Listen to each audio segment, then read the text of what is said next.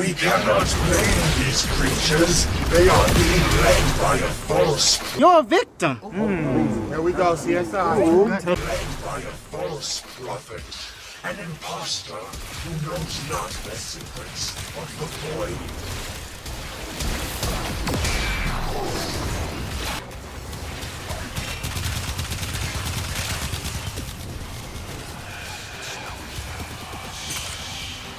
Steady on, lads. One at a time.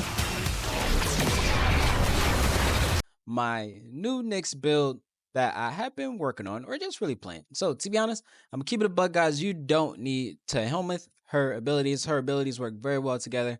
Tons and tons of damage scaling and stuff like that. Now I did helmet one ability or two, so I'll show you guys the two builds that I put together. So guys, if you guys are just now tuning in for the first time, make sure you guys that like and subscribe button for your boy, because yeah, it's about to get good. Give the intro. You're never gonna make it, you're not good enough. There's a million other people with the same stuff. You really think you're different? Man, you must be kidding. Think you're gonna hit it, but you just don't get it. It's impossible, it's not probable, you're irresponsible. Too many obstacles, you gotta stop it, yo. You gotta take it slow, you can't be a pro. Don't waste your time no more. Alright guys, let's go ahead and get into her abilities. So first things first, her passive got a massive rework, which is absolutely insane. Now it doesn't work for your melee weapons, but you do get 40% crit chance on primary and secondary weapons per confused enemy within affinity range. So all your abilities except for your assimilate or absorb, I should say, causes enemies to be confused with radiation damage, or also prime radiation on your weapons, which also confuse your enemies as well, which is so good against the Murmur in Sanctum. So she would definitely be super viable in your natural cells and other things like that. Now, but first let's get into her abilities. So first things first, NYX seizes control of a target mind, compelling them to fight for the 10-0 cause. Controlled enemies have increased radiation status chance. When NYX shoots them, they also have an increased damage multiplier. So when we shoot enemies, they have a damage multiplier. So the higher your ability strength, the higher the multiplier. So that said, with her augment, Mind Freak, they get a flat increase of 1,000 damage, and then it also multiplies by the damage that you do and from your ability strength. Next, Psychobots are armor strip. Now they also changed it to where you steal defenses from enemies, so armor, overguard, and shields. So good, super strong. Definitely get your hands on you guys' NYX, because she is so good right now. Oh my god. And also armor ships. Next we have Chaos. This is our mass confusion ability. It has a huge range, so if you guys want to go range, you can, instead of going for damage. That way you can just go weapon platform instead of going ability. But I have a couple builds to show you guys, so you can go either way you want. And now for the things helmet, you will want to helmet out her assimilate, because all her other abilities are just too good to give up, and they are so helpful. Now, but if you want to go walking tank, you can definitely get rid of mind control for sure. It's not really necessary, but it does help spread your confusion to get that sweet crit chance. But next, so absorb or mind control would be your two that you want to get rid of, but chaos and psychic bolts you want to keep. That's your armor strip. Or if you want to go for a nuke build, helmet out your psychic bolts or a wide range ability armor strip. That way you can just nuke entire rooms, baby. But yeah, and next is absorb. NYX draws in and contains the damage dealt to her and the damage confused enemies deal to each other, then converts into a devastating radio blast. Following the blast, she enters a brief invulnerable state and gains a weapon damage boost proportional to the absorbed damage. Now, you get a speed multiplier of 70%, you have explosion radius, conversion percentage, max weapon damage buff by 400%, which scales with your ability strength. Buff duration for 10 seconds, absorb threshold about 5,000, but it does scale, assimilate. Now there's making it to where you're able to move around, and I don't know if you're able to move around and shoot, but I haven't tried that, but I'm pretty sure you're able to move around and shoot. But you have an invulnerable boost duration for 1 second, and invulnerability duration cap is about 6 seconds. So super good. I'm running Rework just because energy is the only problem you'll ever have with NYX. NYX is just a so good Warframe. Just high cost abilities is her only downside. But just her chaos and her absorb cost quite a bit. So make sure you guys do that now. So before we get into the build, I'm going 3 top 4 Jocker shots for ability strength, just so we get over that threshold for our blind, not blind range, but for overextended, so we can go range and not have a blue for shield capacity. Now you can definitely go blue for max energy. I definitely recommend that, or you can go 2 top 4 blues for max energy. That way you don't have to worry about energy sustain with these 2 builds. Now, for this is our non-helmet ability build. So we're going growing power, handspring, prime flow, transient fortitude, prime continuity, augur secrets, assimilate, equilibrium, Mars hatred, blind rage. Now you can go pacifying bolt instead of assimilate, but I just want to be a walking tank. Then we have arcane energize, molt augmented, just to increase our strength by that much more. That way you can see the full stuff. So we have a overguard cap of 25,000 maybe, and 100% damage reduction, which you'll get a full strip at about 130 strength with pacifying bolt, so you don't need too much. You're just going for a flat armor strip. Next we have chaos. Same thing, doesn't really matter. We're just using that to boost our passive. And next we have absorb, which gives us at that sweet 400% weapon buff thanks to absorb. And also you're able to nuke, baby, yeah, once you dispel your charges or dispel your absorb. Oh my god. All right, and now the next build we're gonna do, this is my gloom setup. Same thing, but we're going equilibrium, prime continuity, fast deflection, pacifying bolts, augur message. That way it costs way less for our gloom to be up, so we using about 0.65 to about 6 per enemy per second energy drain, but we're killing enemies so fast doesn't really matter. We have overextended, blind rage, prime flow, more augmented along just to increase that damage yet again, and also that slow over time. More augmented and arcane energize just to but to give us our nice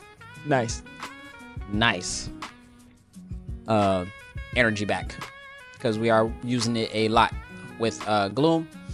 But yeah, but with equilibrium you shouldn't have no problem. You can definitely go increase effectiveness of energy orbs just to help you that much more. And yeah, all right, I don't know why I did that again. And for the one that I'm just absolutely loving, to be honest, is this build right here. This is my shooting gallery. Now muzzle flash would be a very good choice, of course, because with muzzle flash it's all allies, so that also includes the enemies that your mind controlled enemy kills with your muzzle flash augment. But I don't have muzzle flash augment, but I definitely recommend it. Extra's mind freak with that 1,000 damage and plus move speed and attack speed from our mind control enemy they deal so much damage. They're shredding down enemies. Now you can use this when you can control very powerful Eximus units. Eximus units should be your go-to when it comes to mind controlling enemies, because the Eximus units deal the most damage, have the best effects and defenses that you gain, because you also gain the abilities or shared abilities from the Eximus unit. And since it can't die, it is invulnerable. You get it indefinitely or until that enemy is not controlled anymore. But you could just continually control it over and over again. Definitely recommend. Now we got pacifying bolts, prime flow, continuity. I recommend prime continuity, but I don't have the space and I did not want to form up because I'm a lazy bum. But we got transient fortitude, overextended, blind rage, equilibrium, brief respite, just so we get our shields back. You can definitely change this out for more damage if you want. Or decrease the damage of your mind controlled enemy, of course. And handspring, just so forget. Now we get back up. Now you kill everything so fast it doesn't really matter, just because she's an amazing weapon platform. Amazing, guys. And with shooting gallery, we also get a 60% damage increase, which will further increase with more augmented. And if you go growing power, will further increase that way. So that will be sitting at a nice 80% damage increase to our weapons. All right, guys, and for the weapons, you can pretty much go any weapon, to be honest, but I just chose the Strand. Funnest, go Exceltra. anything with high crit chance, I definitely recommend, or a decent crit chance. You don't have to mod too much into crit chance, thanks to her passive, but it's definitely great to have. So make sure with the mods that you do have on or Riven, you want to hit at least a base of 300%. That's without this arcane that I'm about to show you guys. I'm going to primary frostbite just for more crit damage and multi-shot. And this arcane right here, since you're taking overguards, you're taking overshields, and you are also taking so many other things and armor from enemies. Cascadia Overcharge is your go-to because they'll rarely ever hit your shields since you're stealing Overguard. Since you're in the Steel Path, enemies are constantly getting Overguard from the Overguard Ospreys enemies, and I tell you guys, it is so insane. As you can see, I only have Crippling Bullseye and Galvanized Crosshairs. Now, of course, we already have like a pretty high crit chance thanks to Crippling Bullseye, but like I said, with these two, you're getting a 600% crit chance increase when you're at max stacks, or is it 500 at 500% crit chance increase. So some weapons, if you have some weapons with a base of 30%, you don't need to run a crit mod if their crit chance is above, or a flat crit chance mod, sorry, if their crit chance is above 30%. So let's say, like I said, what's the snaps, for instance. Snaps, you don't need to run your critical delay. You can just run Galvanized Crosshairs. It'll build up with your Cascadia Overcharge and your passive when your enemies are confused, and you'll be hitting red crits just normally, which is insane, guys. But if you want more consistent red crits, I definitely recommend you run a flat crit chance mod.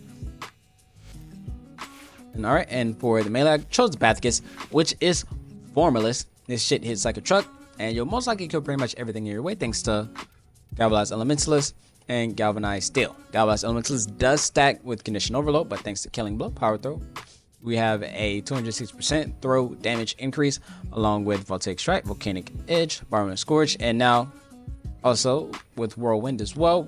And with it being flat briar, we can mod for gas to further increase our spread radius with melee influence with electricity as well.